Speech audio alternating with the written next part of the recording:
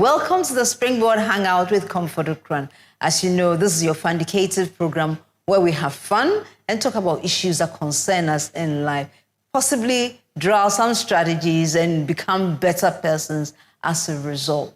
The Springboard Hangout is an initiative of the Springboard Roadshow Foundation in partnership with the Ghana Grows Program. Mastercard Foundation initiated the Ghana Grows Program in partnership with the Springboard Roadshow Foundation. You know, recently we celebrated Mother's Day. It's a day when we all feel very good, especially we mothers, those of us who are ladies, and you just pamper us. I wish you could do it every single day, all year round, but it's okay if we decide that we'll take just one day for ourselves. It's cool. And yes, what a day it was. I enjoyed mine. I hope you also did. What does motherhood really mean? And being a lady, I know that there are some joys and struggles. And so why don't we have a program just dedicated to motherhood, the joys and struggles of motherhood? Our one and only Eno Quagraine, she is the one who has a lovely podcast called the Talkative Mom. And then she holds different programs. She has things that engage young mothers, especially young mothers, to help you navigate. I don't want to use the word, but sometimes it can be almost traumatic time in your life. So today on the Hangout, we have Eno Quagraine. She will tell us the lows, the highs, and the strategies to navigate that space. We'll be right back. When we come back, it's all about motherhood, the joys and the struggles.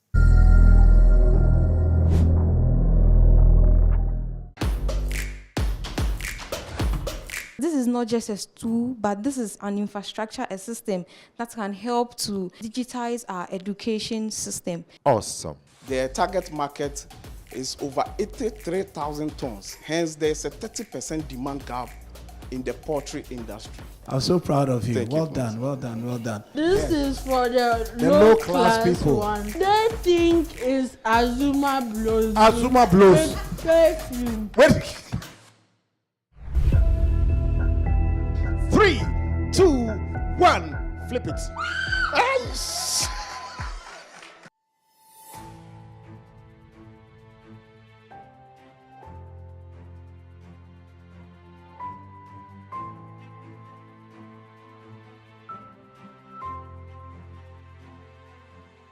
Enterprise, your advantage.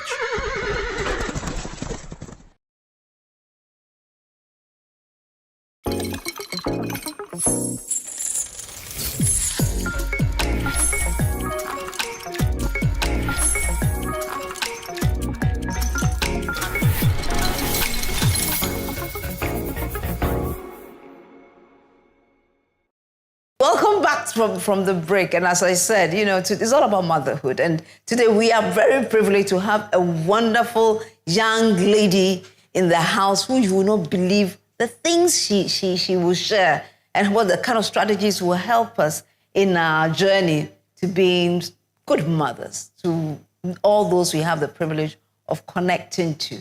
So, Eno, welcome to the studios. Thank you so much for having me. And how are you doing?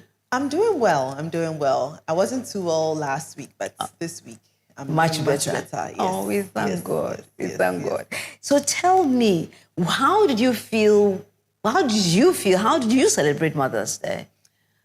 So Mother's Day, usually I celebrate with my family. Years ago, I used to host a brunch for my community, you know, the women within my community. But I've taken a break, and now, you know, I'm regrouping. Okay. Next year, we'll celebrate with the women again. Okay, Yes, okay. yes, That yes. sounds great. So then, let me find out. Tell me a little bit about you. Who are you? What brought you into this space? Okay, so surprisingly, my name Eno means mother. Yeah. And growing up, I've always shared the story. I hated my name because, you know, back then, years ago, that era, it wasn't cool to have a local name. Ah, yes. Yeah. And my dad is a very traditional, he's passed now, but he was a very traditional man. And he insisted on all of us having local Ghanaian names. And so I didn't understand why we would go to the village. So because again, my dad was very traditional, we visit the village every single year, sometimes twice a year. Beautiful. And now I can appreciate it. But back then as a child, going to the village, again, that was not cool. And then... Yeah, going abroad would have been better, isn't it? Yeah, okay. So...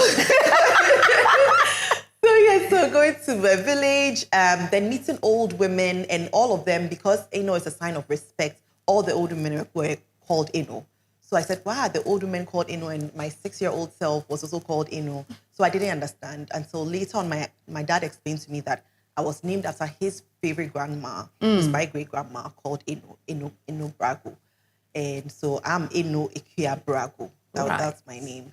And then it was only, I'll say, a couple of years ago that I started to really appreciate. That was after he had died, which is very unfortunate. But I reflected and I realized, wow, he really wanted me to be rooted in my culture and heritage. And now I appreciate my name. Yeah. And I guess now I'm living my truth. Yes. Beautiful. So did Talkative Mom just explode? Did you come together with a group of people and say, "Oh, do this"? How did Positive Mom start? So in 2017, I had my firstborn, and the birth itself was traumatic. The pregnancy was very easy. I didn't have morning sickness and any of that. But the birth, I was in labor for almost 48 hours. Wow. I didn't know what to expect. It was a lot. And at the time, I didn't think that I was equipped with enough information. Yes, there was some level of information out there, but it wasn't like today where social media exploded. Yes. And then our mothers, my mom, especially my aunties and things like that, for them, they saw it as a natural process. So, just go in there and have the baby and that's it. So no one actually walked me through the details of, this could happen, or the pain level and things like that. So after experiencing that, I came out and I wanted to share that story. And I'm a talkative. So Talkative Mom, really, it's me. If you give me the chance, I can talk. So I would share my stories with my friends that would come over, and they really couldn't relate because they weren't mothers, they weren't married, they were still kind of like finding their feet and all that. So I said, maybe let me share it, with a wider audience. I may be able to have some other mothers connect with my story. And so fast forward, Talkative Mom, the blog was born, where I shared a lot of my pregnancy and childbirth stories. And then I would say organically grew a community of mothers. But yes, it definitely exploded because people really related to the stories I shared. They did relate? Yes. And did they also share their stories, or did they also say, okay, this one that you shared, you talked about has helped me in my journey?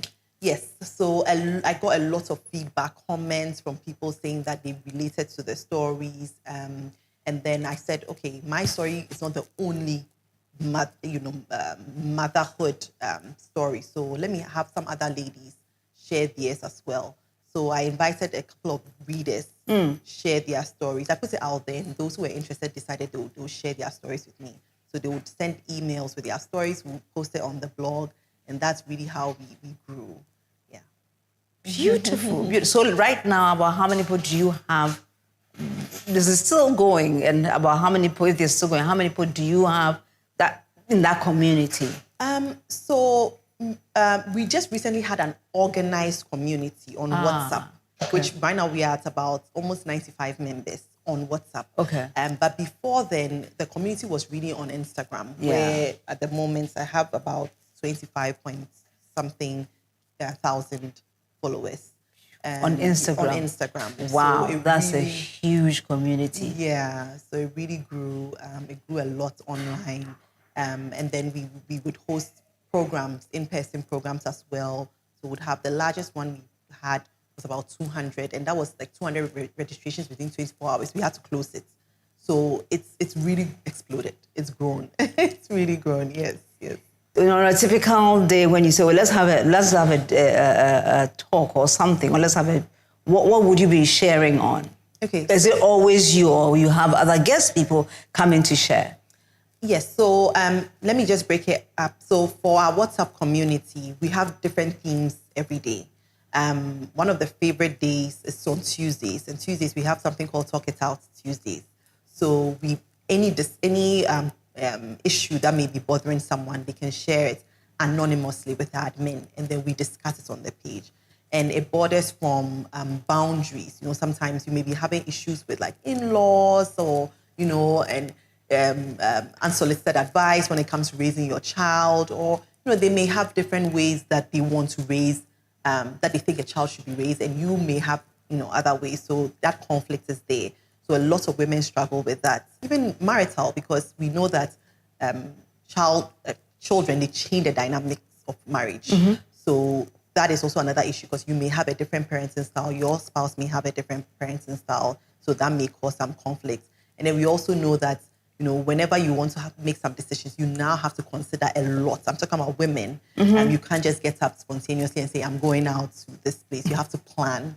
Childcare is a big one, because we know we can't do it all on our own. So it's a lot. The village, just having that support system around is also another. You may have a nanny that will quit on you in 2 seconds. Blue, and things like that. So there's a vast array of topics that we tackle on Tuesdays. Yeah. Technically, but I can also come. I mean, we would love to have you. We would love to have you. Yes. So mm-hmm. you've had these conversations. What I want to find out is, what conversation has really caught your attention, and what did you do about it? Tell us one conversation that really caught your attention. Okay, so I would say that right now the era that I'm in is I'm in my wellness era. And it stems from realizing that a lot of us women put ourselves last. So I have gone through a season where we were earlier on discussing nails, where I wasn't even doing my nails because I didn't even have the time. It was like my children all the time. And I noticed a lot of my mom friends, a lot of the women that I knew were all in that season where we had completely forgotten and neglected ourselves. And so once that discussion came up, where we started discussing, why do we seem to not prioritize ourselves? We decided, no, we were going to start putting ourselves first. So now, every single month we meet. I'm talking about me, the community. It's intentional, because if we do not set a date every month, it's never going to happen. Everyone has, different things they have to. So we prioritize ourselves now. When we meet, no children are in the space. We do have childcare available on our premises, a community space. So we have the caregivers take care of our children whilst we chit-chat, we draw, we color, we use Play-Doh, we do puzzles, things that, we haven't done in years. And we also noticed that a lot of us didn't even remember that we had hobbies. So we decided to explore some of these things. Some people come in, they crochet. Some people come in, they just read. Some of us haven't read books in God knows how long, because we are always busy. So we have a shelf with books, we read, we discuss. We have potlucks, so we bring and share, then we eat and play games. We play a lot of games. And we realize that has been very healing for a lot of us. Yes. Today we are hanging out with Eno Quagraine. She is the founder or the brain behind Talkative Mom, a space for women or for mothers to go and get support for one another. And it has been a very healing space. And I remember when I had our first child.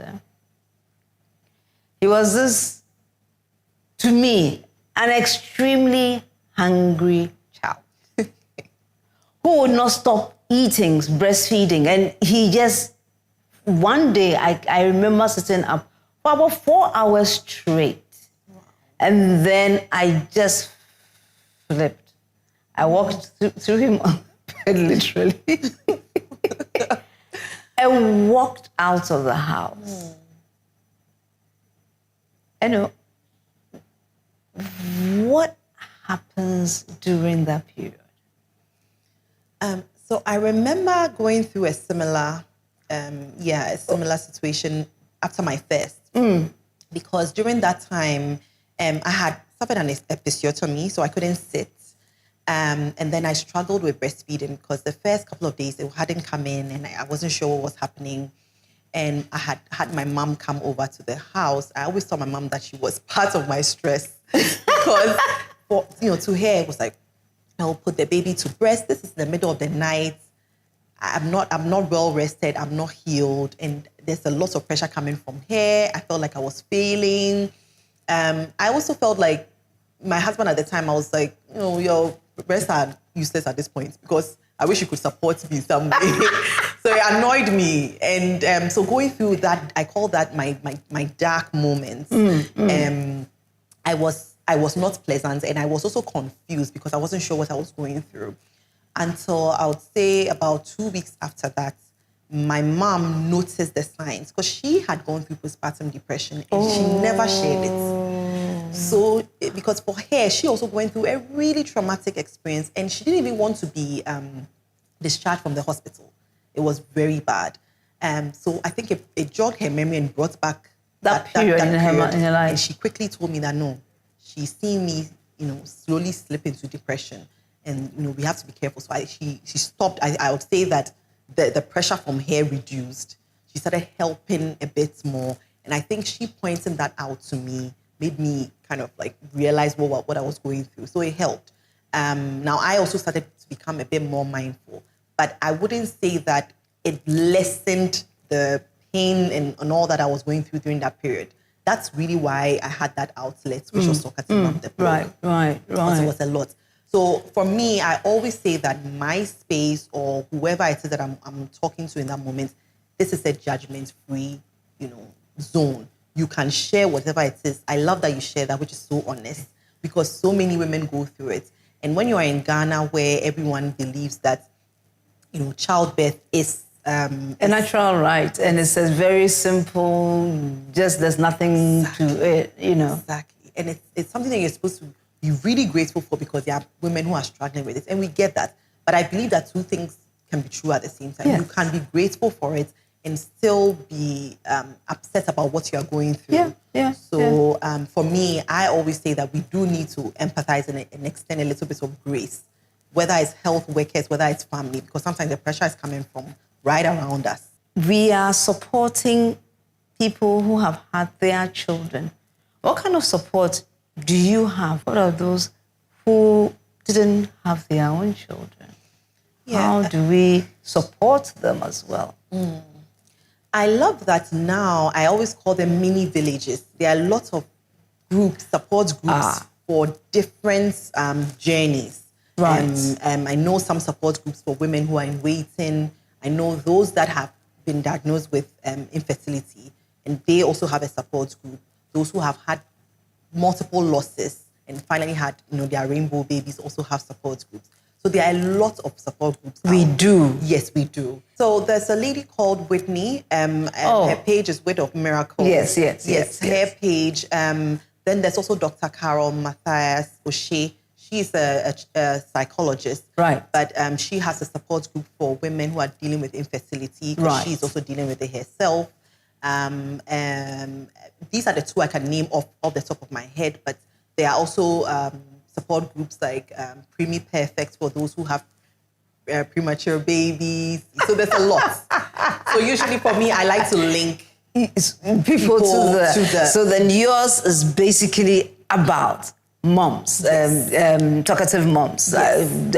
I like that. Yes. I like that. Yes. And I'm grateful that we've had a chance to, now find focus, hope, or so focus ideas that can support people in different journeys, as you said.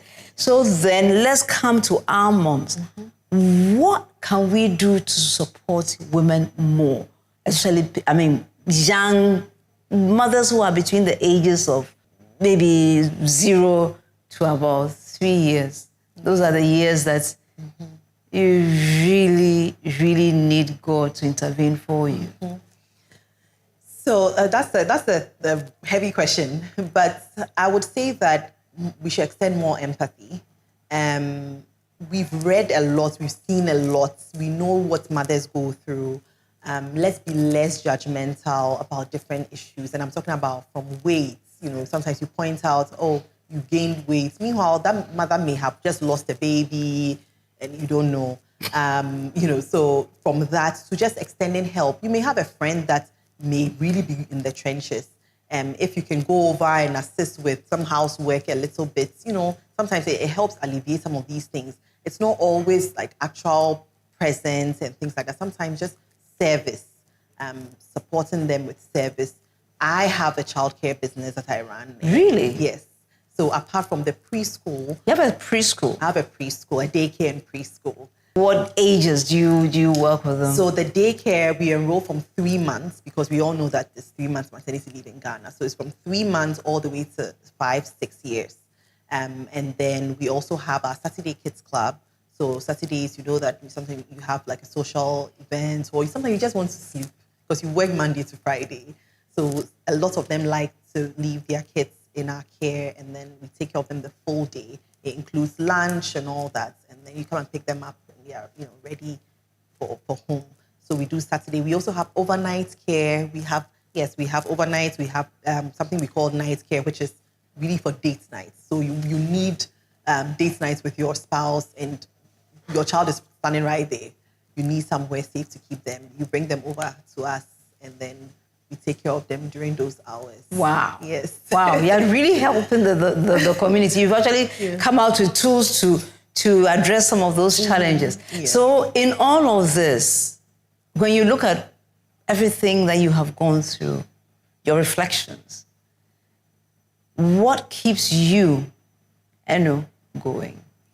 Number one, I'll say God, because really all I'm doing is just walking in the path that was already built for me. A lot of the things that I do, sometimes I marvel because I'm saying, wow, I never thought that I would ever own a school. That was never part of my personal plans. Right. But I would say that it was just me just walking in my purpose. That's why I'm doing what I'm doing today. So really, number one is God. Number two is really listening to my community. Just knowing like what are some of the pain points, what are some of the issues some of them are facing and all that. When I had my third baby, I could now relate to some of the new moms, so some of the things that I was facing, I said, no, the Saturday Kids Club and all the things I designed, I'll say I designed it for myself. I know. Yes. Teampreneurship was designed for me.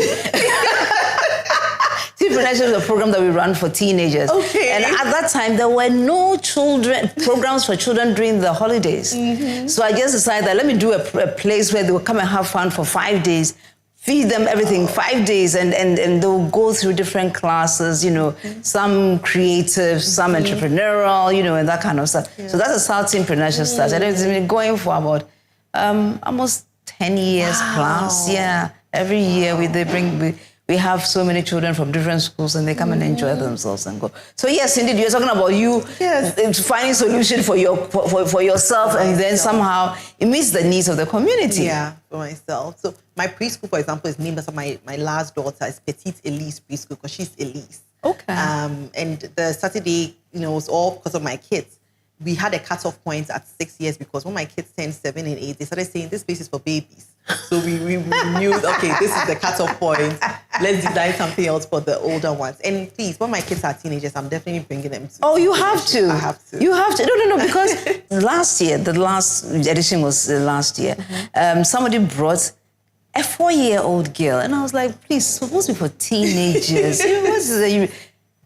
Can you believe that this child goes back to school and she's the one who is always standing up for programs? And now the mother says that even though she was 4 and she was running around there as if she was not doing anything, the effect on her in her after Teampreneurship, he said, please don't stop it.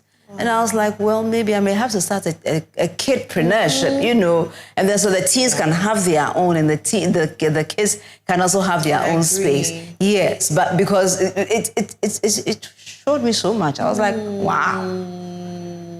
Yeah. It's really very happy when you see them. And last year, I was privileged when I saw one of my teenagers who is now going to getting married. Wow, that's amazing. Getting married, I was like, when you came, you were like, Wow. so I was like, oh, so this is how teachers feel. Yes. Oh, that's amazing. And my boys would love it. I would want to bring them. Are they? Oh no, you have a female because you said Yes, I have two boys and a girl. Yes. How was it like having two boys? A lot. It was really overwhelming. Thank God I have a girl now because balancing things out. My boys are a year apart, exactly a year apart. So they are basically twins. Yeah, they are the same height, wear the same clothes, same amount of energy. Always fighting, always making up. It's just ups and downs. Yeah, it's a lot. But it was an adventure. That's what I call it. That's the Oh, it definitely is an adventure. I mean, my first boy would just go out in a white shirt and come back in a brown shirt. I can relate. Yes. And you're like, how do you do it? But he did it and did it very well. But let me give you comfort here. Okay. Because by the time when at 11, when now they are all composed, you're like, where did you come from? So enjoy the confusing part. Okay. And then when they get to the all put together part, you're like, yeah, but I miss a little bit of that, but I also like this. I'll keep this one. Okay. So it's just faces. Okay. It's just I love that. So anyway, what are some of the joys of motherhood? I think just seeing your children meet their milestones, like from infancy, when they hold their head up on their own, when they roll over, when they are crawling, when they are sitting, when they start to walk, like holding things and then walking on their own, and then they are talking. Then all of a sudden they are saying things. I always say, things. Exactly. So where did you come from? Where did you come from? I look at my daughter, I'm like, the fact that I'm carrying you, I say, Mommy, carry me well. I'm like, the fact that you are asking me to carry me well means you shouldn't be carried. So, just, the meeting milestones, certain things that they do, I'm always in awe. So, I mean, these are the little joys of motherhood. Let me take it to the other side, where now they finish university and they are now working, and they come and tell you stories about the workspace, and you're like, you are also on your own. So yes, motherhood has joys. And when does it end?